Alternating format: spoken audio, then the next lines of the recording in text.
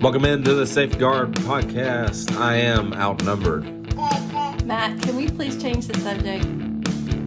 At Safeguard, we want to be versatile. We want to help in every way that we can and not just in one certain area or one certain product.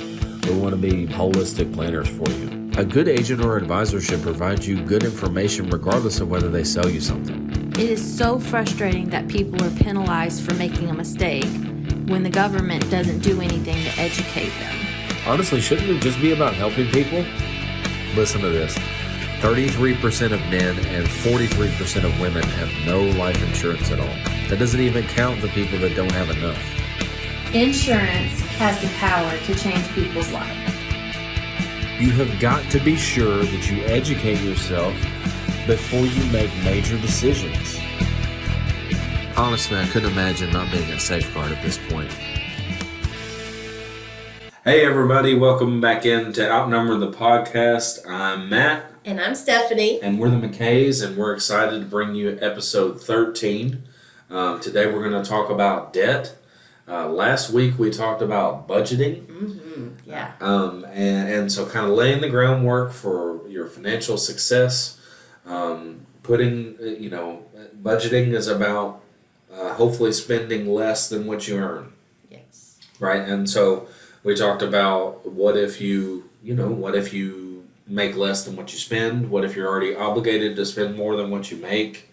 Things like that. How do you cut things out of a budget? Well, when you start going negative, or maybe you just, you purchase a house, put things on a credit card, you have kids and get medical bills. Yeah. Been there, still paying them off. The kids are almost paid off. Yay, they're almost ours. Yeah. Excuse me. Anyway, it's, you can really get into a deep hole. And so we've been there. We're talking from experience. This is not us looking down our nose at you. We're still in some debt and trying to get out of it. I think that we're moving in the right direction. It took some decisions that we had to make and some tough decisions, and we have to continue to make tough decisions to make sure that we're saving as much as we can to pay off the debt that we owe. And so we've gotten in that position where you kind of get lulled to sleep. Yeah. You add this here and that there, and ultimately you look down and realize, oh my gosh, I'm obligated to so much money. How do we make this work? And so I think as we've gone over time, we had a mortgage, and then we started adding some other bills like furniture purchases and stuff like that. And we moved into a bigger house, a bigger mortgage, and then kids, and just random debt and medical bills and things like that. And I think one of the main things that we want to bring across to you today is discretionary debt, choosing to add things that you may not necessarily have to. Yeah. That's definitely one thing that I was thinking about. But also, now that you're in debt, how do you get out of it? What are the different strategies and things like that? Yes, that's a big one. So I want to go ahead and start talking about one of the easiest traps to fall into regarding debt, and that is monthly payments. So you might be thinking monthly payments aren't a trap, they're not a bad thing. And in some cases, absolutely they're not a bad thing. Okay. But what I mean by it's a trap that you can fall into is that if you see something that you want and the newest iPhone has come out and it's $2,000 and you can't afford to buy it outright, but you can afford to pay an extra $100 a month on your bill. Can afford each month on your bill so that you can get the newest iPhone, even though the iPhone that you have is perfectly fine.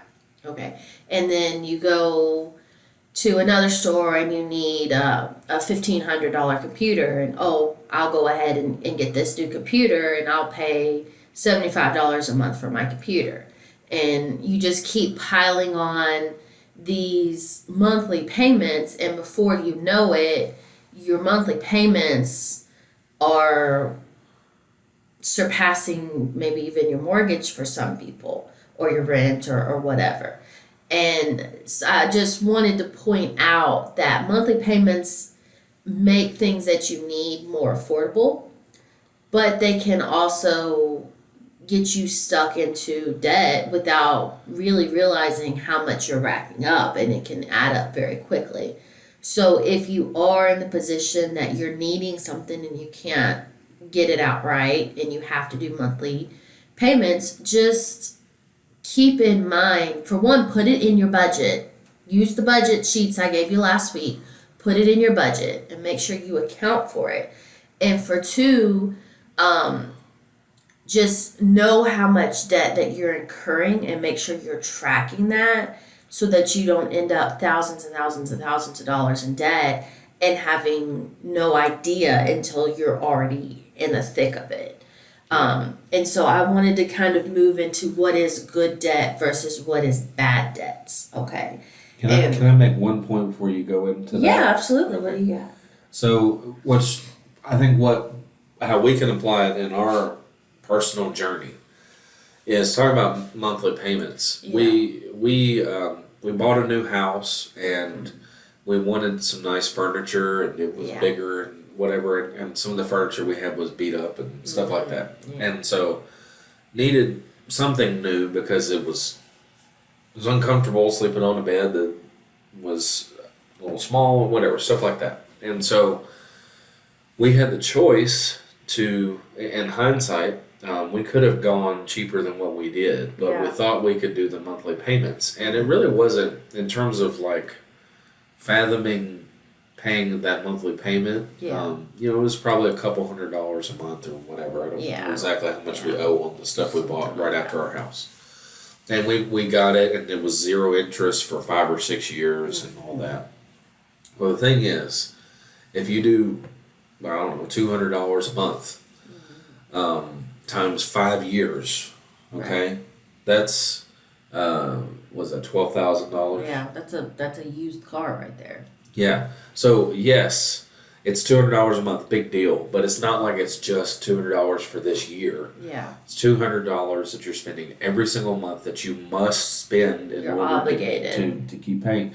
So yes, it's not that much to fathom per month, but you are putting out $12,000 to have that furniture. So you're just spreading it out over time. That's good. And so you still need to think of it as an $8,000, $12,000, $5,000, $2,000, whatever dollar bill. It's not just the monthly payment. Right. You're gonna pay it. Right. So that's right. If you think of it as a bigger bill, a lot of times you might shy away from it or really make sure that it's okay, because we didn't think of it that way. We just thought, hey, we can afford this. Let's do it. That payment. Yeah, no problem. We can afford that. I mean, and at the time, our income's going to go up, and it's going to wash everything away, and we're going to be rich and whatever.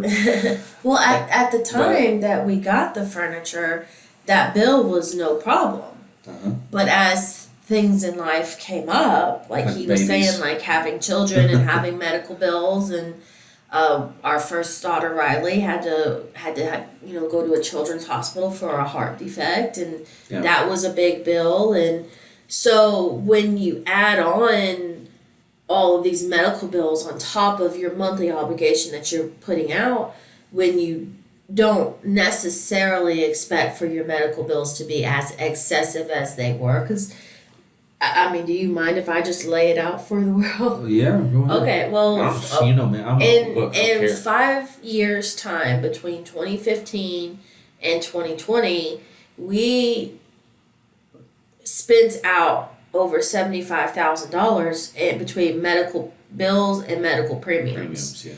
So that was, I had 2 emergency surgeries, a car wreck, we had 2 babies, and then Riley having to go to get treatments for her, or not treatments, but testings for her heart defect, which is just a heart murmur. And we incurred $75,000 in not necessarily debt, because some of that is paid off, but some of that is debt. And that was, for one, very hard. Even if you're doing a budget, that's very hard to plan for, because who thinks that they're about to get $75,000 in debt for medical bills? And so that $200 a month that we were paying on furniture was no big deal when we had no medical bills. But when we took on the medical bills too, it became nearly impossible to pay for everything. And it's not just furniture. There's a whole slew of things. And that's why I was talking about you can get into the trap of thinking, oh, I can afford this monthly payment. Oh, I can afford this monthly payment. And then you have, 5, 10 monthly payments that are going out every single month in addition to your housing and your food and all of that. And one thing goes wrong and it can just devastate your budget for the year. And that's where we found for several ourselves. years. Yeah. That's the situation we found ourselves in. And when we got monthly payments for this, that, and the other, we could afford it. But when we took on unexpected debts, unexpected expenses, I should say, it became hard to manage those multiple monthly payments.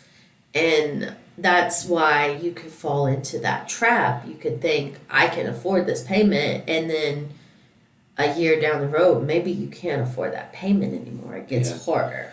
And here's what I'd say. The medical bills, there wasn't really much that we could do about Absolutely. that. Right? Yeah. That's something like, if you're in medical debt, don't beat yourself up. Right.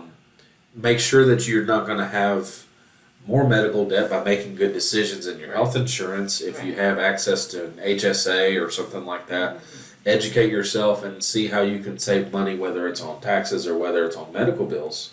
And obviously look at all your options within health insurance and whatever, and other products to cover some of the concerns if you have medical bills.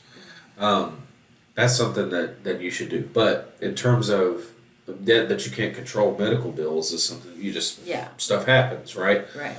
But They didn't expect for my gallbladder to need to be removed randomly. Right. In addition to the medical bills, though, and some of this was discretionary, some of it was not. We bought a car.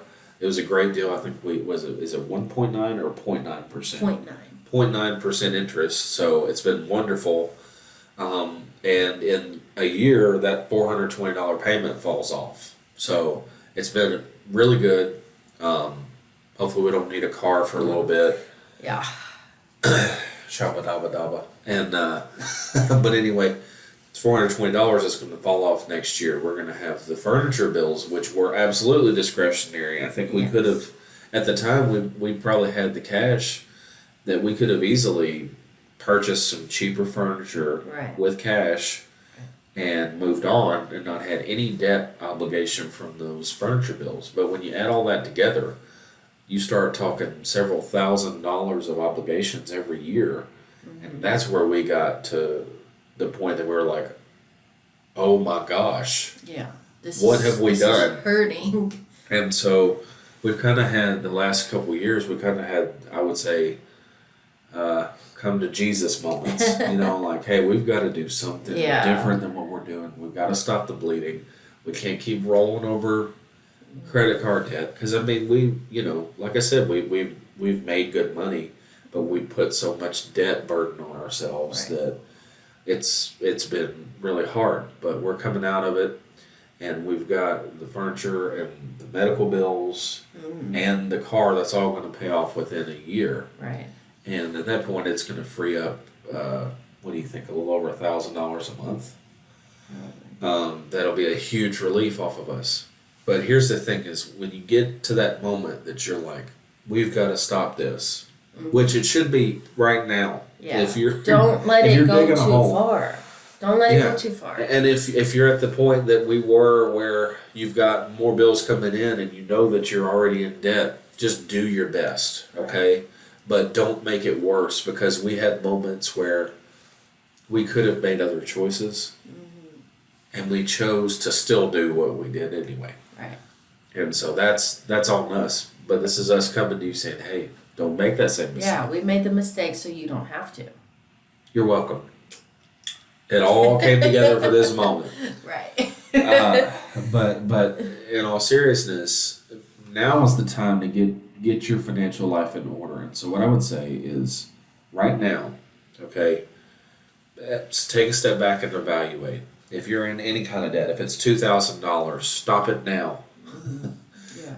If it's $300,000 like us or more, stop it now. Okay, because it's gonna hurt no matter whether it's a few $1,000s or if it's 300. But I'll tell you, it would be a lot easier to pay off $2,000 than Right. 300,000. And Right. so what I would say is a couple practical advice thoughts, Okay. and then I'm sure you could add in some thoughts for sure. I would say evaluate where you are now. How much debt do you owe? What immediately do you need to do to protect yourself in case something happens that you can't pay off the debt? So life insurance, I would say whatever amount of debt you have, make sure you got that amount in life insurance or more. Right. And really I'd say More. You need to more. replace income and cover But- debts. But if you can't do any more than cover your debt, then cover your debt. Right. But really, you need more. And we can talk about that in another episode. But that's something, absolutely, cover your debt with life insurance. Make sure that you've got the insurance in place so you don't have further issues. Okay? Stop that loss bleeding away your bank account. And then I would say, come up with a plan to try to start paying off debt. And that's where we can start going in that direction of how to pay it off. Yeah. What do you think? Yeah. So I was gonna say, I was gonna mention earlier about what is good debt and what is bad debt. Okay, so a good debt would be something like a revolving payment, such as your mortgage. Okay, your mortgage is considered an asset. So, I mean, with the housing market being what it is right now, people who have homes that they own are finding their homes worth a lot more in some cases than what they bought them for. That's considered an asset. That is, when your consumer credit report is pulled, that is a good asset on your consumer report. It helps your credit score as long as you're making your payments on time. Even something like a car is not considered a bad debt. It's a revolving credit. It is, as long as it's not, maxing out your debt to income ratio and stuff like that, that is still considered a good credit. Something like credit cards, that would be considered a bad credit. Okay, so credit cards are another trap that people can fall into, and it's another trap we fell into. Kind of the same as the monthly payment idea of, okay, well, we can put it on a credit card and pay off the credit card each month and not take on the debt, or we've got 18 months 0%, so let's just use a credit card, and then before the 18 months is up, we'll pay off the debt and then we won't owe anything. But then the 18 months came and we couldn't pay off the debt because we had incurred too much monthly payments. Or maybe something happened right before it was time to pay Right. it off. So like we take a roll over some debt or something of 5,000. Yeah, get a new credit Whatever. card, put Pay it it down on. to 4,000, and then whoopsies. Yeah. So I like, owe that. so that the attitude of, I've got a 0% credit card for 12, 18 months, whatever it is, and then that time came up, we couldn't pay it off, so we just took out another credit card. This one's 0% for 18 months. We roll over that, you pay a fee to roll it over, and then keep going. We've got another 18 months, we'll just pay it off this time. And then that 18 months comes up and you can't afford to pay it off. And the amount just keeps growing and growing and growing. And before you know it, you're in a lot of debt and you feel trapped and you feel disheveled and don't know where to go and how to start fighting to get back to zero, and hopefully eventually get back to having a savings account, having money in the bank and that sort of thing. So we're going to talk about some solutions to, if you're already in debt, some ideas of how to get yourself out of that debt. One of them is the Dave Ramsey debt snowball. So if you're not familiar with that, what that is Dave Ramsey says basically list out all of your debts from smallest to largest. Don't worry about the interest rate at all. Just whatever your smallest debt is, say it's $300 and you're paying $45 a month on it. Then if you have any extra money coming in each month, say you have $60 extra a month, then you put that 60 and that 45 towards your $300 payment. Once your $300 payment is over, then you take that 60 and that 45 that you were putting towards that $300 payment and you put it towards your second smallest payment, and say you pay 75 for that one. So then you have 60, 45, and 75 going towards that debt. And once that debt is removed, then you go towards your next biggest debt until you eventually start getting those payments paid off and getting them out of your life for good. Another idea is called the debt avalanche, which is the exact opposite. Instead of worrying about what is your lowest payment and getting that taken off, because Dave Ramsey's idea is that basically if you get a bill paid off, you feel like you've won. You feel like you're seeing momentum, you're seeing a change, which some people need that. They need that like reassurance of I'm not just staying in the same place, or the situation is not just getting worse and worse. The debt avalanche idea, you target your highest interest payment no matter what the balance is, no matter if it's your biggest expense at all. So say you have a car payment that's 6% versus you've got a 0% furniture bill, then you would target your car first and you would pay your car off with whatever extra money you have. And then once you pay your car off, you use that money from your car and then you go after your furniture bill. Or that's the idea of a debt avalanche. It's the exact opposite. The difference is with the debt avalanche, if you're going after a bigger bill, is that you might not feel it at first. You might not see, oh, this is getting, because you're not actually getting less bills quite as quickly as the debt snowball. Well, let me ask you this to get your opinion. Okay. Which one of those would you pick, or would you? Me personally? Yeah, like what's your belief in how to pay off debt? Okay, so me personally, Surprise. I am looking at what is gonna save me the most money over time overall.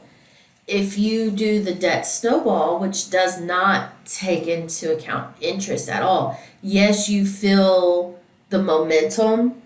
I've just paid off a $300 bill. Ooh, I feel great. Let's go after this $800 bill. Ooh, I just got rid of that $800 bill. I'm feeling good.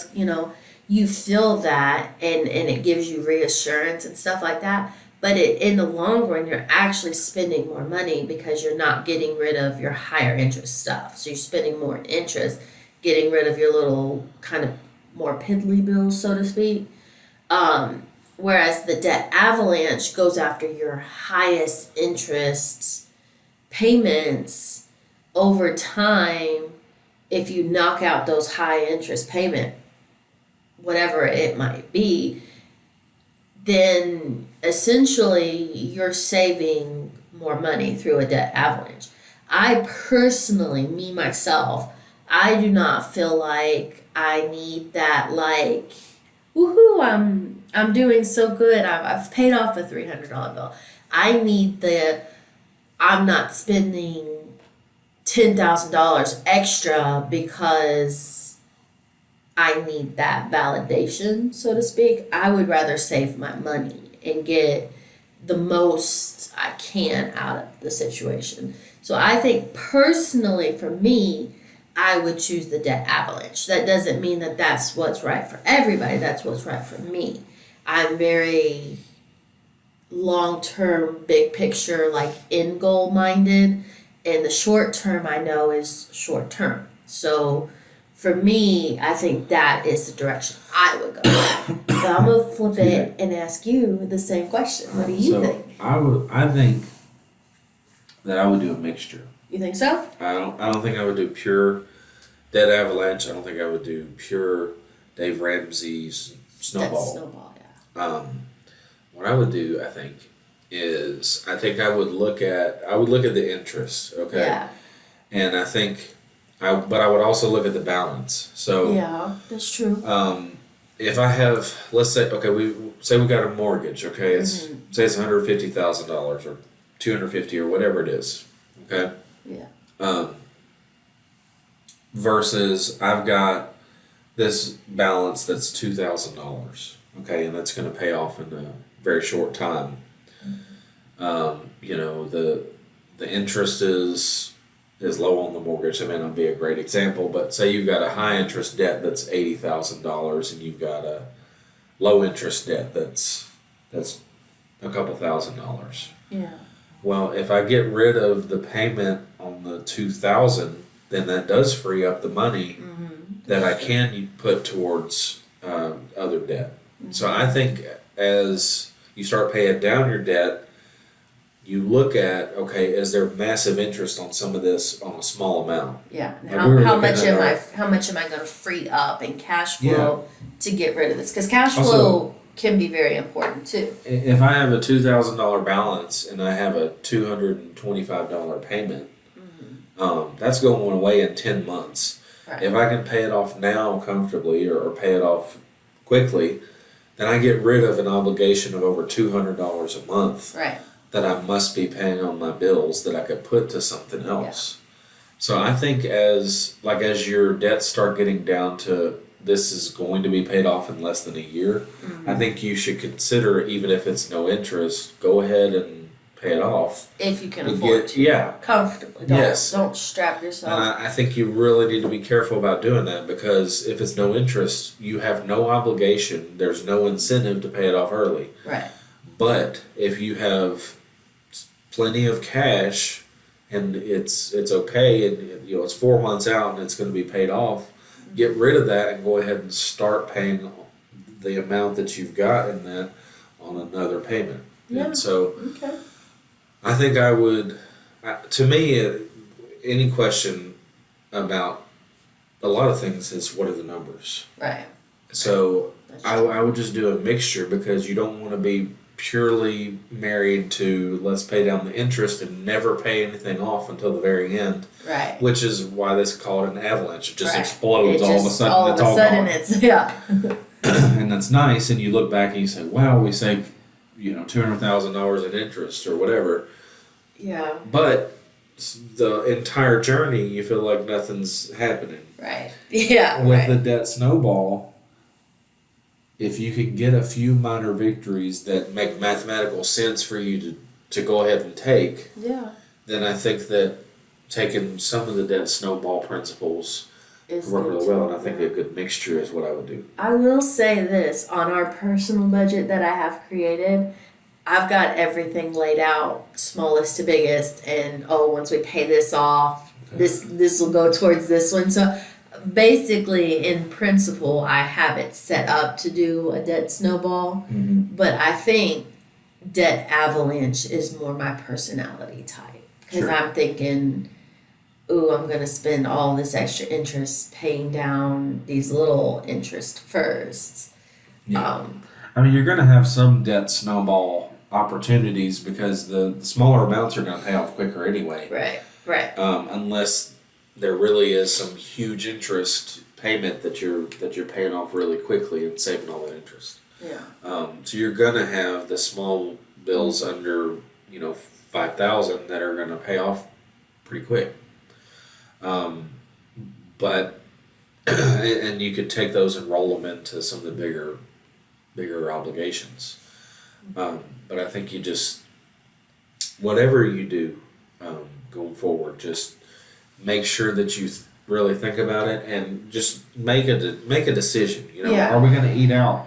Are we gonna buy this? Can we do some alternative that saves us even a couple $100 here and there? Because we've been lulled to sleep, and we finally had to put our foot down and say, no, we're not. No more. We're not doing this anymore. Yeah. We're going to deal with the pain. We're going to deal with having no cushion in exchange for finally paying this stuff off. And Right. so we just had to do that. And Right. I just want to encourage you. You can do it. It's going to be okay. We're going to all get through this together. And even if you feel like you're drowning and you feel like there's no hope, there is hope, okay? There are things that you can do. There are, you could look at maybe like a debt consolidation program that would take everything and consolidate it all into one payment. There are different avenues that you can pursue. I would say if you're looking at something of that nature, make sure that you've done proper research on it and that you know that it's a legitimate and valid program and not something that's gonna, actually put you in a worse position. But there have been millions of people in your same situation that you're sitting in right now, and you feel like there's no hope in sight. And there have been so many people that have pulled themselves out of the same waters and got back in their boat. And don't give up, because giving up is basically the worst thing you can do. Just keep fighting the fight, and eventually you're going to come out. You can get back in your boat, and you're not going to feel like you're drowning anymore. So that's kind of my Yeah. Well, let's leave it at that. That was great. So, hey, you got this. Okay, you can do this. We're here with you. If you have questions for us, we've been there, we are there. Yeah. And we're here for you. This business is not just about trying to sell you something. Hopefully this makes a difference for you. If you have questions about anything we talked about, give us a call. We'll sit down with you. Even if you're across the country, we can sit on Zoom and talk like as if we're just in person. So like, subscribe, give us a call. 270-904-6070 is our office number. Check out the website, safeguardky, like Kentucky.com. It's all linked below. Yeah. YouTube, Instagram, Facebook, Twitter. Maybe we'll start a talk tick. Oh, goodness. Maybe. I've thought about it. I just... Yeah. I'm not 13. I don't know. We'll make some gifs of us signing documents. It'll be really exciting. Yeah, people would Be incredible. jump on that. Yeah. Drool over that exciting material. So y'all just get ready for when we get on TikTok. Yeah. And Snapchat and stuff. Snapchat. Oh my gosh. I'm so old. I've been on Snapchat. Tinder? No. Swipe left on Safeguard. Oh God. Okay. All right, anyway. All right. Hey, we love y'all. Take care. Sorry about that last part. But just, we're here for you, and we appreciate everything that y'all do for us. Like, subscribe, etc. Take care. God bless. All right. See you next time.